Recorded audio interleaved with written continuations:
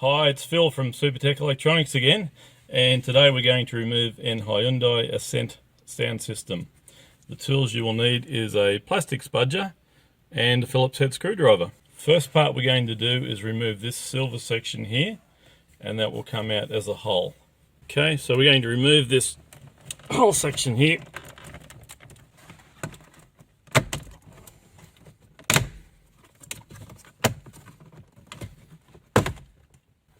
And that whole section can just lie down there.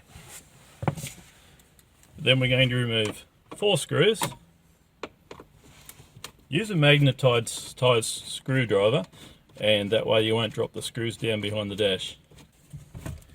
Now, once we've removed the 4 screws, this whole unit will come out, and we'll have one aerial to unplug, 2 keyed plugs, and that unit is now ready to send off to Supertech Electronics for repair.